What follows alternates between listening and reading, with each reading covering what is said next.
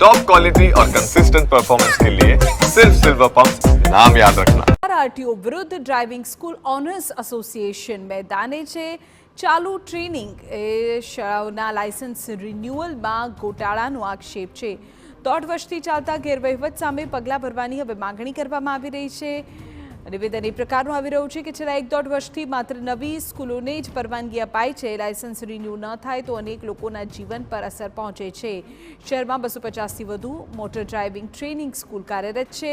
આરટીઓની લાપરવાહી અને પ્રક્રિયામાં ગેરવહીવટનો આ શાળાઓનો આક્ષેપ છે। આરટીઓમાં ખોટી રીતે પાસ કરાવવાનો ગોરખધંધો પણ ધમધમ્યો હોવાનું આ ટ્રેનિંગ સ્કૂલ્સ તરફથી કહેવાઈ રહ્યું છે। આરટીઓ દ્વારા નિરાકરણ ન આવતા હવે પ્રધાન સમક્ષ રજૂઆતનો નિર્ણય।